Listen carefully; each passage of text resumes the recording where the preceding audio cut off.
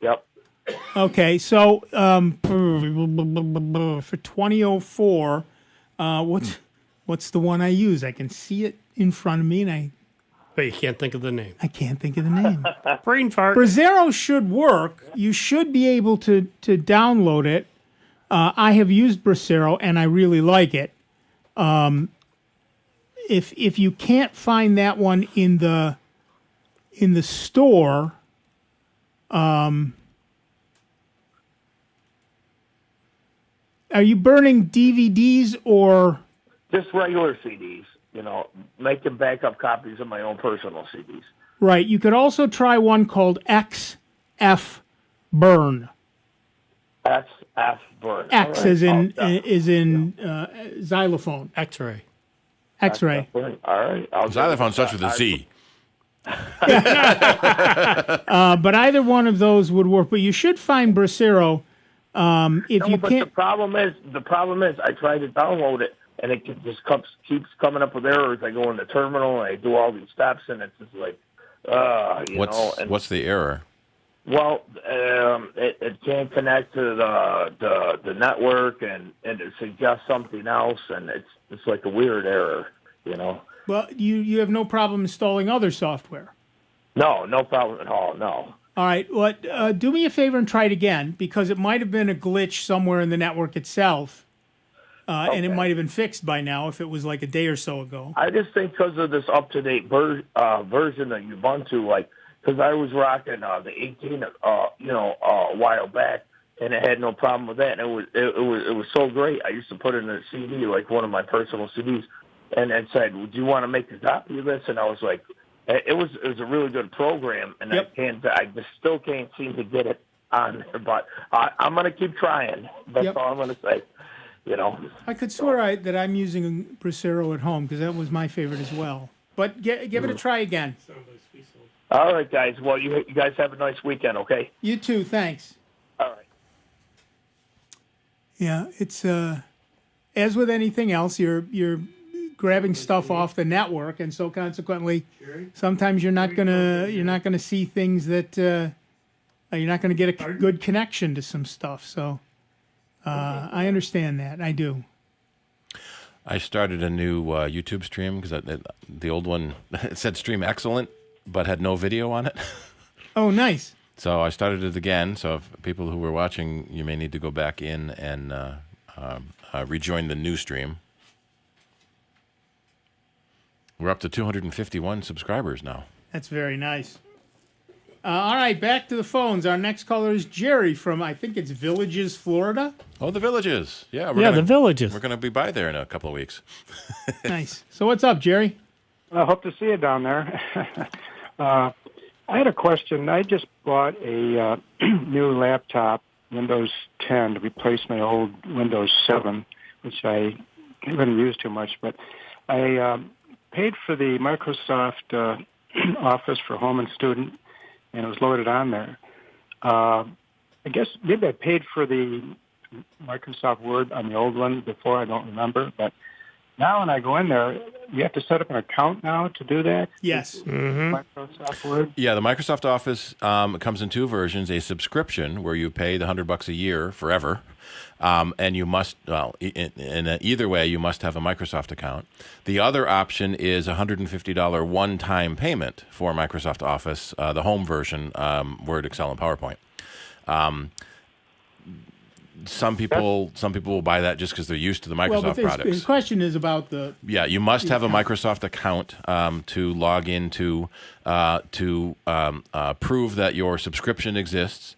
Also, if you buy the one-time payment, that's where it stores your license key, so that if you ever reinstall Office in a few years, you don't have to find your box with the license key in it, because no one ever can. Yeah.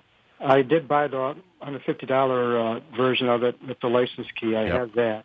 Yeah, but you do need to create a Microsoft account for that. Mm-hmm. I guess even though I paid for it, I have to create an account for it, I guess, too. So you can register that that license code. Yeah, another question, quick question. Can I use that on another device at all, or is it just restricted to the one laptop? One laptop. Yeah. There are some what's the word I want? Non-concurrent use. So you can use it on a desktop and a laptop as long as you don't use them at the same time. Oh, okay. All right. Well, thank you very much. I wasn't aware of this. It was something new to me, so I appreciate the information. Yep. Yeah, no problem. Thanks. Yeah, most software has started going into this licensing agreement for the last 4 or 5 years. A lot of software is going license only. Adobe was probably one of the first major companies to start doing that, and so far Microsoft is still allowing you to purchase, a one-time purchase. One of the advantages of the subscription fee is that you get the new version for free every time, which is, I guess, kind of handy. But they only come out with a new version every 4 or 5 years. So the current Microsoft Office is 2019, so it's probably going to be 2023, 2024 before a new version comes. You're right. Microsoft always touts up the sharing abilities, that with the online subscription you can share your documents so much easier with other people, which is great in an office environment, but you don't really need that at the home. Right. Right. Okay, back to the phones. Our next caller is James from Rochester, New York. Hi, James. What's up? Oh, hello. I have a question for you. On one particular website, when I play their videos, it's like a stock site. All of a sudden, the videos, I get an echo on the sound, and the controls on that particular site don't work properly. But on my computer, everything else is fine. I have Windows 7. Any idea what that is? That's clearly an issue with their website, and there's nothing you can do about it. If everything else works fine, yes, then it's that site. And you can talk to them about it, but honestly, don't tell them you're using Windows 7 because they'll just ignore you. Yeah, I sent them a note, and they said, try going to Internet Options, Browsing History, Settings, and Update when visiting a web page. Matter of fact, I'm playing it right now. It's like all double echo talk. It's like nothing working properly. The controls, the stop, and everything. Right. I don't, it may work. It could be a Windows 7 issue. They may be using a much newer version of the playing software, and that doesn't work with old Windows 7. Because Windows 7 is ancient. Yeah, nobody's backlogging. Nobody supports it anymore. Mm-hmm. But this just happened all of a sudden. But this is a very modern website that you actually pay to use, and it wouldn't surprise me if they're constantly putting modern, updated things. Right. And they're assuming now that they're assuming nobody's using Windows 7 anymore. And that could be, that just could simply be the facts of life. It's just not going to work with 7. Sorry. Windows 10 came out 5 years ago, and they give you that long to switch. Yeah, right. Yeah. All right. Unfortunately. Sorry. Like I said, everything else on all the other websites, it's just that particular one. What browser are you using? Chrome. You could try Firefox or Edge just to see if it works any differently. No, but I think I will. That's a good idea. Try that at least, but no promises. What would you recommend, Firefox or Edge, or either? Edge, Firefox. The new Edge is Chromium, so it's a lot better than it was. Try Firefox. Okay, thank you so much. Yep. Bye-bye. I mean, if Chrome doesn't work, it's unlikely that Chromium will. Yeah, that's a good point. So, yeah. I get that. I can't see the... I can't see the... whatchamacallits, the chat. Oh, well. No chat for me. All right, No one has said anything yet. Right, okay, well, that's okay then, because I can't see it maybe anyway. that's why I can't see it. Our next caller is Jim from Rochester, New York. Hi, Jim, what's up? Hi, guys. Hey, just FYI, I just got tuned into 90.1. I've been listening for a month now and enjoyed it, and now I'm even happier because I'm hearing a computer guys talking, and I've got a computer question. Excellent. I am not a computer person, but in my years, I have accumulated like 4 laptops and a couple desktops from my family, and we're not using them. They're stored on a shelf in my basement, and I like to get rid of them, but I'm concerned about the history on it. You know, my Right. vital information, whatever, and I want to know how I can make sure anything about us is off of it before I recycle it. D-ban. D-ban is the thing you want. Derek's Boot and Nuke. It's an ISO that you download and then write to a flash drive or CD drive.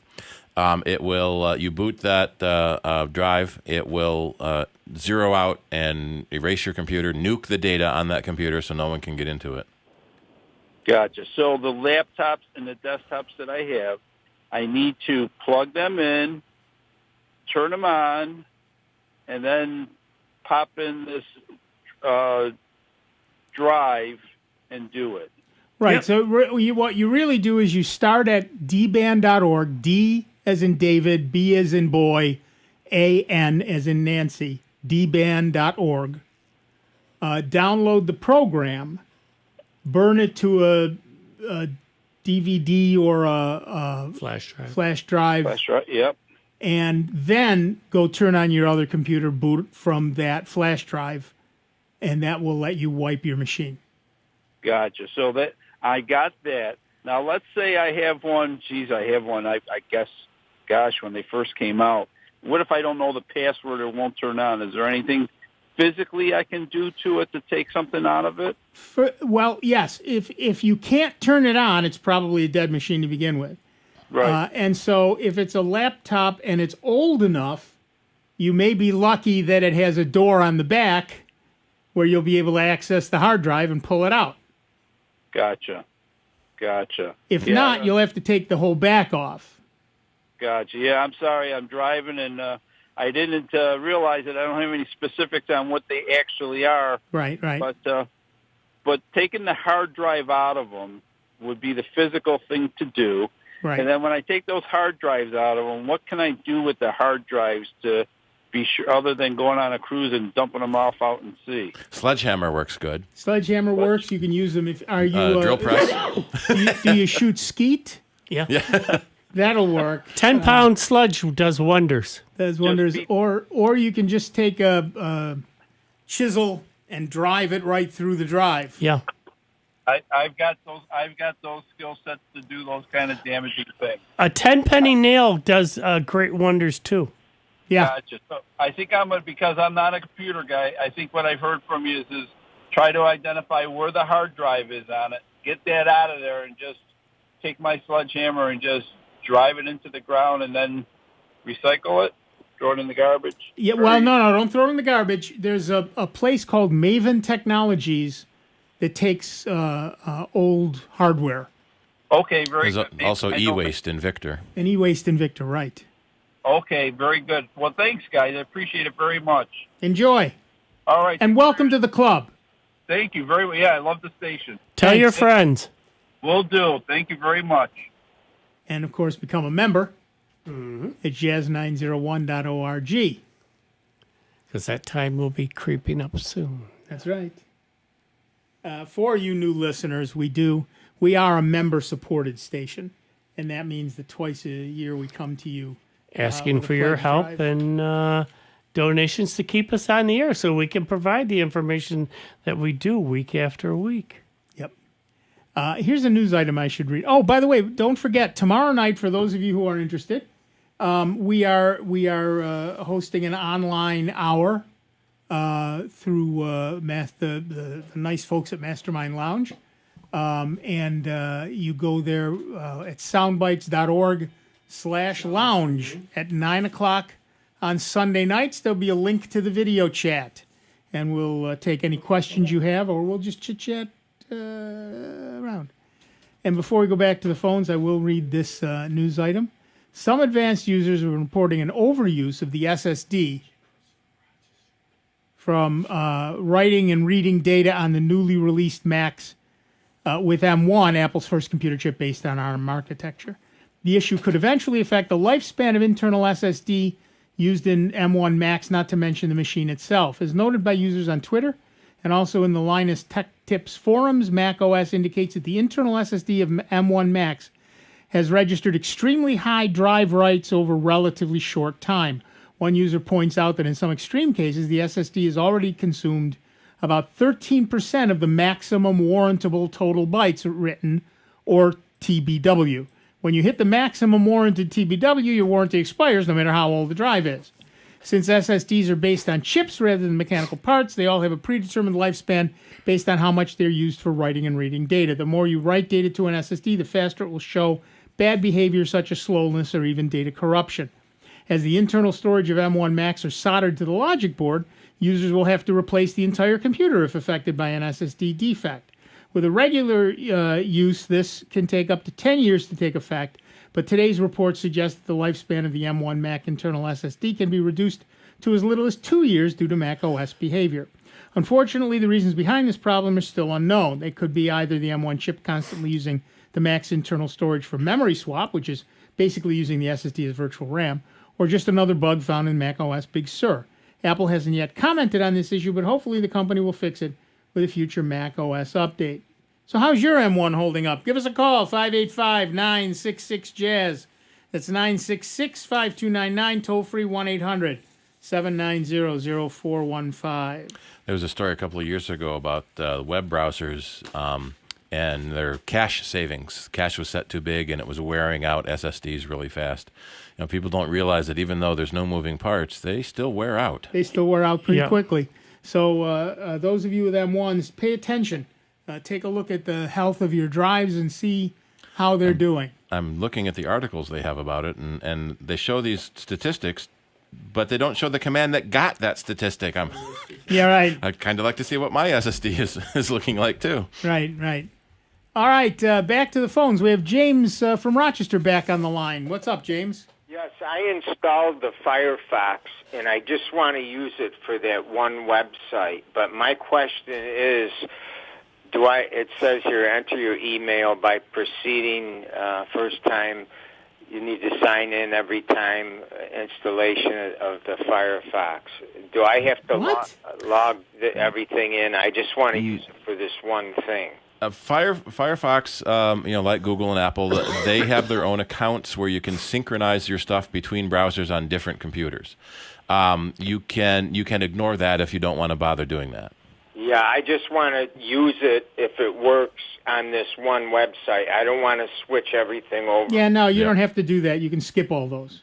So it says here also, looks like you've reinstalled Firefox. Do you want us to clean it up with a fresh new experience?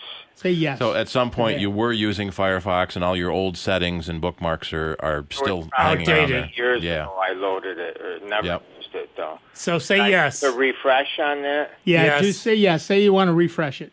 Okay, but don't bother signing in. You can skip all that stuff. There should be a skip button somewhere. Okay, well, thank you so much. Yep, good luck. Okay. Yeah, it's everybody wants all your information now. Soundbites be sold. And that's, for only the most altruistic reasons. Yeah, exactly. You just want to sync your bookmarks across your devices.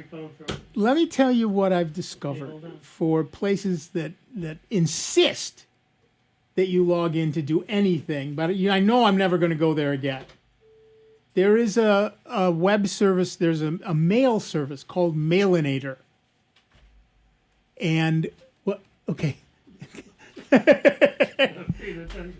And you can put in any email address you want because they're all wide open email addresses.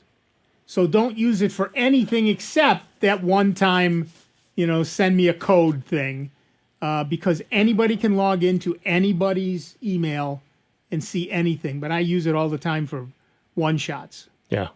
All right, back to the phones. Our next caller is Roger from Rochester, New York. What's up, Roger? Hi, guys. I have heard a rumor that a couple of you guys might be ham radio operators. A guy is trying to talk me into buying a thing called ClearNode, which looks like a Raspberry Pi, all configured to do All-Star on 2 and 432. Mm-hmm. And I wondered if you had any comments to say before I do it. It's about $300 for it. I think it's a Raspberry Pi 3, but I'm not positive. I've been thinking about doing it because it does allow All-Star and without having a special radio to do digital. Well, the All-Star node, what it'll do is it will, that comes with a Raspberry Pi and usually a radio attached to it. And now that's then you've got to have a separate radio to talk to that radio. Right. So yeah, you'd need another handheld, whether you get say like a cheap Bofang radio. I got all that. Yeah, and you can set up your channels within All-Star through Supermon. There's again some videos on how to set that all up, so you can have the dashboard on your computer, and you can put in the different groups into your favorites and log into those. There's different nets that go on. There's a number of Rochester nets that go on during the week and everything else. Or you can get into the various talk groups. Okay, I just wondered if by buying this Clear Node, it's already set up for everything. You tell it, and they set it up. If it still leave me a Raspberry Pi that I can play other things with, that's really what I was. Yeah, my thought was. Yeah, what it'll come with is, like I say, the Raspberry Pi. If it's all in one box, you're going to see the radio in there, a regular Bofang radio, with the Raspberry Pi, and then a little soundboard, and that gets connected to your network. It'll get an address, and then you can either, even on your desktop, you can log into that node number and see the dashboard. Yeah, stuff you could do yourself if you wanted to. Yeah. But It might be cheaper. It's kind of nice that someone has packaged it all together. Right. If you're more a ham person than a computer person. Well, it's easier because he only wants about $50 for it, so it's probably worth the. Oh heck yeah! Because like I say, they're going for $300 online. Just wiring the radio, taking the radio, the handheld apart, and wiring up the wires to go from that to the soundboard, and then from the soundboard back to the Raspberry Pi. It's a pain in the butt. I bought mine as a kit, and then I just built the Raspberry Pi. Okay. I thank you. I was just curious about doing it. I may go ahead and go get it. Thank you very much for your time, sir. Yeah, there you go. Have fun. DMR is another easy one too, Dennis, to get into. Which one is it? Another one is you can set up a Raspberry Pi for DMR. And DMR, you can do different modes. DMR, you can do P25. You can also connect to All-Star and go into certain rooms. Okay, because, the thing I don't want to end up doing is I don't want to buy ICOM or Yaesu digital radios to do the other ones, D-Link or those. Yeah. I can't see no reason to do that. Yeah. But I thought the All-Star. Yeah, the D-Star. Might be a good way around it. Yep. So All I right, should thanks. You're talking at the same time. Right. All right, thanks. We're going to take a quick break. Back in just a couple of minutes with Dave Enright, Steve Ray, me, Nick, Francesco, and you. It's 32 minutes after the hour. You're listening to the longest-running computer show in the known universe, Sound Bytes, right here on member-supported Jazz 90.1. Online 24 hours a day, 7 days a week at soundbytes.org. More with Nick Francesco, Dave Enright, and Steve Ray next on member-supported Jazz 90.1. Add texture, motion, and drought tolerance to your landscape with Blue Grandma grass. Native to 27 states, it's adaptable to a variety of settings. Hi, I'm Melinda Myers, horticulturist and gardening expert. The thin green leaves add nice texture to the garden. Slender spikes of fringe flowers appear midsummer. They're held at right angles to the stems, inspiring the common name eyelash grass. This plant grows 15 inches tall, while Blonde Ambition, a readily available variety, grows up to 3 feet in height. Blue Grandma was heavily grazed upon by bison and now by cattle and sheep. This tolerance to heavy grazing makes it usable as turf grass for droughty climates. Long-lived and hardy in zones 3 to 10, it also makes a nice addition to gardens and mixed borders as well. It combines nicely with euphorbias, penstemon, iris, and sedum. Check out our website for this and other gardening tips. Jazz 90.1, streaming online worldwide at jazz901.org. Jazz 90.1 is supported in part by our members and by the Great Courses How to Grow Anything DVD series hosted by Melinda Myers. The Great Courses How to Grow Anything series consists of 4 DVD courses that provide gardening tips and information on food gardening, landscape design and care, container gardening, flower, tree, and shrub care, and more. More information is available at melindamyers.com. That's melindamyers.com.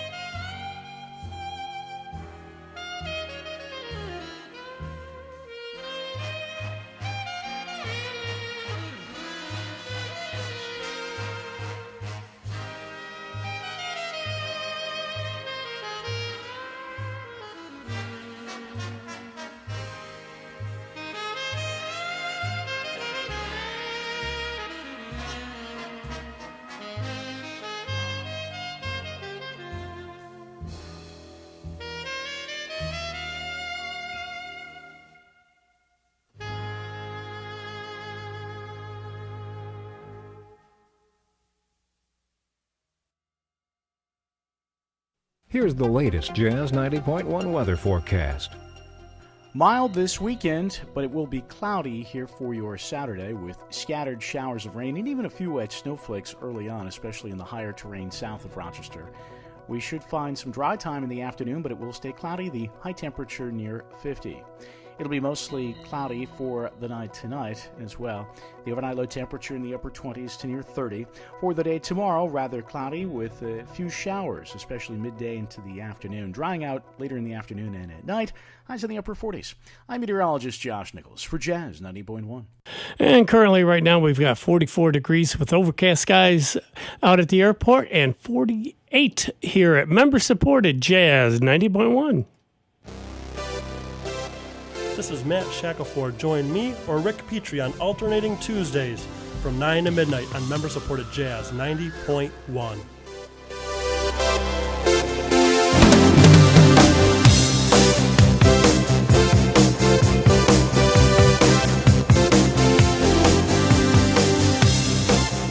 Welcome back, everybody. I'm Nick Francesco. I'm Dave Enright. And I'm Steve Ray. And the 38 minutes after the hour, we are Soundbites. Before we go anywhere else, I should mention that my friend Brian suggested, since we have this picture of Rob Linton sitting in the middle of our YouTube video, do any of you remember Clutch Cargo? Yes. With the moving mouths. Yeah, we should be able to do that to him. Have him talk. Sign up and listen to Soundbites. And have the lips. Yeah, that'd be cute. That works for me. I'll tell you that right now. Max Headroom. Yeah. Sure. All right. We have Ed from Henrietta, New York on the line. What's up, Ed? This comment, Clutch Cargo, man, you guys are going way back. We're old. Oh, man, that's great. Hey, I thought I forgot about that. I got a question. I need your advice on something. I'm not a gamer, and I don't have a lot of time to sit in front of a computer or whatever to read about, what somebody thinks on Facebook or that idiocy.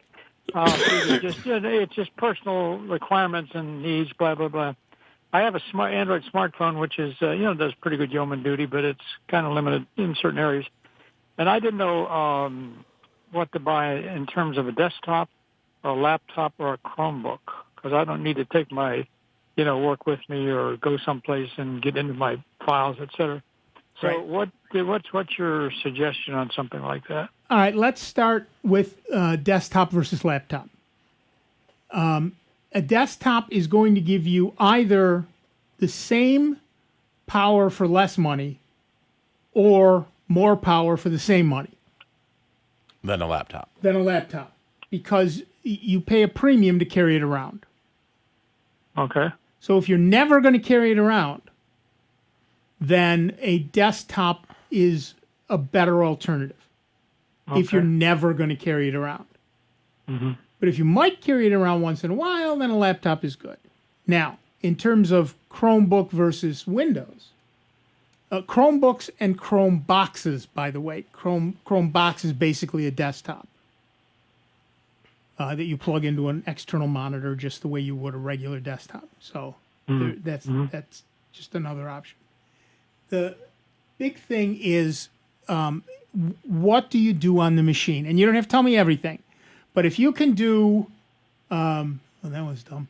If you can do everything you normally do in the browser, if you've got the Chrome browser installed, and you can do everything in the Chrome browser without resorting to a Windows program, then you can absolutely use a Chromebook. If you have to resort to a Windows program, then you have to check to see if there's an equivalent in the Chromebook. But I will say that 99% of all people can use Chromebooks without a problem. And they do run Linux apps if you want to do that, but they certainly run Android apps. So some things, so for example, I have a friend who has a Chromebox, and he wants to do scanning from his printer. Well, Chrome itself doesn't do that, although it's on the list of things to add. So what he uses is an Android app that does the scanning for him. Mm-hmm. So what about, say for example, spreadsheets or something like that? Oh, there's a program. Okay, so in terms of word processing, spreadsheets, and presentations, there is a thing called Google Docs, which if you have a Gmail account, a Google account, you have access to Google Docs, and it's at docs.google.com. And accounts are free to get if you don't. Accounts are free. And so you have access through that to word processing, spreadsheets, and presentation program like PowerPoint. In Chromebook. In the Chromebook and on your desktop right now. So if you were to open up the Chrome browser on your existing machine, and go to docs.google.com, you will see that stuff is there. It's called your Google Drive. All you got to do is basically, if you open up the Chrome browser, up in the upper right-hand corner, you're going to see this little thing that looks like a cube of dots.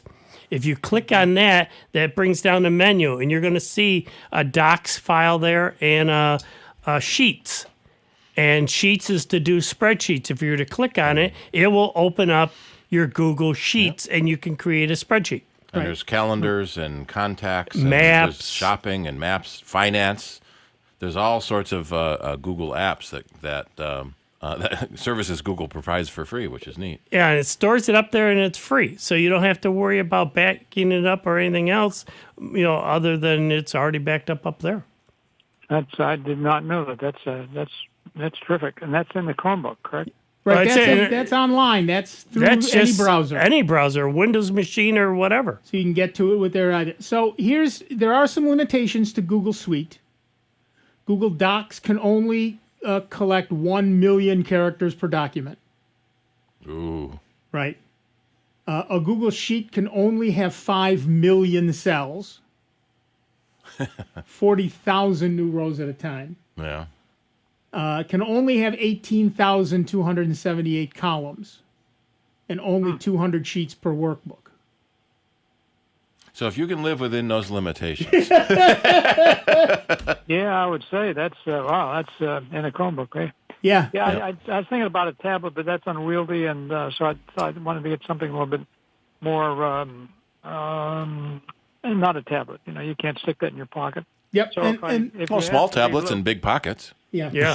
I would suggest that right now, today, right after you hang up from us, you can go to docs.google.com on your web browser and check it all out even before you decide to buy a Chromebook. It's free. Docs.google.com. That's great. Free. Now you're talking. It's good. Yeah, I mean, There you go. And the thing of it is I'd create, say, documents, whether it's a doc or a spreadsheet or even a slide, and I can save it as a Word document or a Excel spreadsheet, send it to that person, and they don't even know the difference. That's right. Well, I'm glad I called you. Learn something every day, as they say. There you go. Okay. Have fun. All right, take care. Thanks a lot. Yep. And one of the things I absolutely love is that Google Docs lets you do voice typing. Yep. So I can turn on voice typing and just talk to my computer, and it works. Kate, where are you going from? That's a pretty good deal. You just have to remember to turn it off so it stops. Yeah, right. Right. You remember that episode of Star Trek where she was so excited about the typewriter that would type everything she said, and she was so scared and confused about how is it doing that, and how futuristic that was in 1969. Yeah, right. Assignment Earth, and it was Terry Garr. It was someone who became a famous actress after that. Yeah, exactly. I will say that it doesn't. Google typing doesn't work quite like the tablet that Adama used in Battlestar Galactica. It doesn't automatically insert commas and periods and start new paragraphs. You have to do that yourself as if you were dictating to a secretary. Hello, period. Thank you for talking to me, comma, Mr. Smith, period. So you have to do that stuff. But other than that, it certainly works. All right, back to the phones. Our next caller is Kat from Rochester, New York. Hi, Kat. What's up? Need to copy Thunderbird to a new computer. Uh-huh. And I found an article Steve Ray had put on your site. Do I just follow those steps? Okay. Pretty much. Okay, so it sounds pretty easy. Yeah. So if you have saved mail on the local computer, then you would need to copy it to the new computer. If you created your folders on the server, then when you just log into Thunderbird on the new computer, they'll show up on the new computer automatically. No, I need to copy from the old computer. Yeah, that should work. If you follow Steve's old post, that should work just fine. Be careful. Read it through thoroughly before you start. We'll see if there's an updated version of it. And then, he's checking that now. But read it through thoroughly before you start. Make sure you understand every step. And then make sure you do every step on the new computer. Got it. You should be fine. Great. Thanks. Yep. Thank you. It's not, and strike out there, Kat. It's not, and give it a try. It's not, none of the stuff is that hard. Yeah. But you need to, like I said, strike out on your own and give it a try. Well, the one thing folks have to remember, sorry to interrupt, but, if you're watching a YouTube video, one thing folks have to remember, and I don't care what YouTube video you're watching, there is a pause button. Yep. Hit the pause button once in a while and take notes. You can pause it, take some notes, and start it over again. You can even back it up again if they didn't say it quite clearly. Take your time and, play it. If you hit the left arrow, you'll go back 5 seconds. Yep. So just take your time to pause it every so often and write some notes. I found it very helpful just doing that once in a while. Every once in a while, I find myself hitting that backspace once or twice, that back arrow. Just go back 10 seconds and, There's a feature on the Apple TV called What Did He Say? It jumps back 20 seconds and turns on closed captioning. Nice. That's perfect. Yeah. That's But on that Thunderbird article from Mozilla, over on the right-hand side, you pick what version of Thunderbird and what OS you're using, and it gives you the instructions for that specific version. Nice. Which is handy. Very, very nice. And one of the things that I'd like to recommend is if you make new folders to store your mail on, make them on the server, which then makes it much easier to move to a new computer, and you can see all of your mail on your other devices, your phone, your tablet, your computers. Had a customer recently, Windows 7. Oh, yeah. Running Outlook Express. Wowie. Oh. And he got a new Mac. And I want to get all my mail over. How the heck do you convert from 15-year-old Outlook Express? Yeah, really. Oh, he's got a Google account. There you go. Drag all the mail up to Google. And then on the Mac, Google sucks it all down. So I showed him how to do a few mailboxes. He had, several dozen mailboxes and several thousand messages. But I would say his day is going to be planned. Yeah. So, did you finish it yet, Bruce? That's one thing I loved. When I had to set up this other computer for the Windows 10, it had to sync. So it synced it to one of my other email addresses. And my other tabs and all that, bookmarks and all that, weren't there. So, oh, shoot. So all I had to do was go to my other main account, export the bookmarks, import them to the other email address, and rearrange them the way I wanted it. Now, no matter whether I log in as one account or the other, they both look the same. Yep. As far as the tabs that I can, that I've bookmarked stuff in, they all are the same. And I only had to do it on one. I didn't have to go from one computer to the other. It's all tied to that one account, so it makes life so much simpler. Right. So basically, what Dave is saying is when you have certain programs like Chrome, the Chrome browser, you can elect to save all of your settings in your Google Drive. Yep. And if you do that, any other machine that you log into with your Google account, you will get all of those same bookmarks back down instantly, as fast as your connection exists. The same is true of many email programs. So as Steve was alluding to, for example, on my Thunderbird, all of my accounts keep all of their data on the server. So when I bought my new hard drives, my SSD drives, and set up all my programs, I just had to say, okay, Thunderbird, I want this account. Here's the username and password. I want this account. Here's the username and password. I want this account. Here's the username and password. Everything showed up because it's all existing in the cloud, and it just instantly showed up. Now, what Kat's been doing apparently is saving all of her data on her computer, which is fine, except that of course if her computer dies or she goes to a new computer, she has to transfer that stuff by hand. What many of you will find is that a lot of programs have an import and export feature, usually under File or something along that line. Oftentimes, the very first time you launch it, it will ask if you want to import from another program. Right.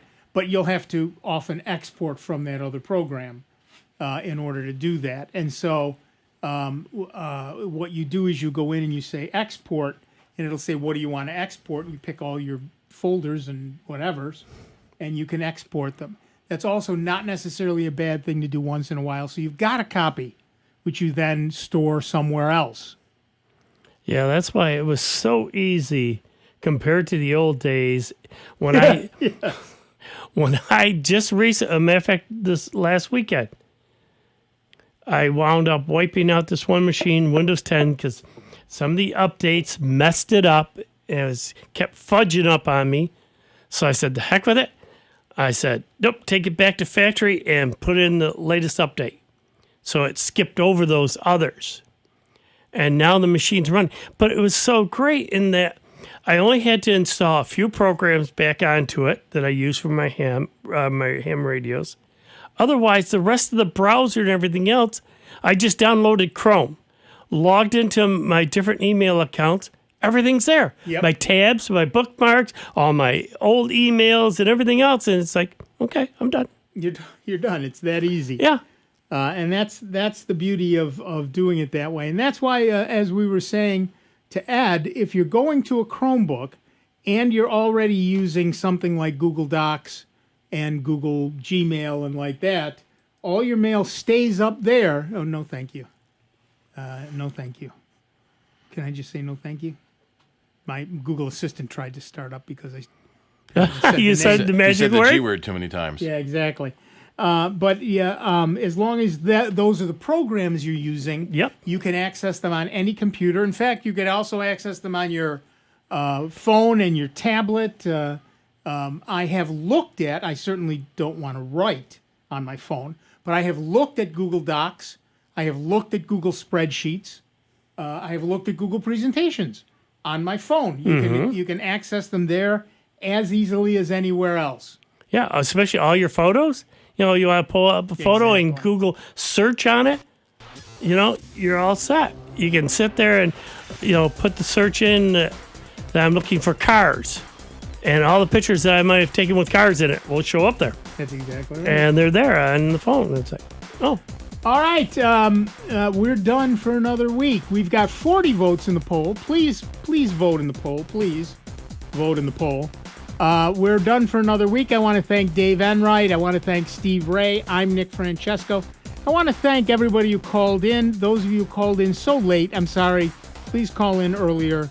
And we would rather have you call in than text because often we need clarifying questions, and that just gets difficult because Dave's doing 60 things at once over there, including the text message. Only 60. But be good to one another. We'll be back next week with a whole lot more of the longest running computer show in the known universe, Sound Bytes, right here on member-supported Jazz 90.1. We'll see you in 166 hours. Be good to one another, will you? This program is presented by the Centers for Disease Control and Prevention. Obesity is a major public health problem in the U.S. Nearly 1 in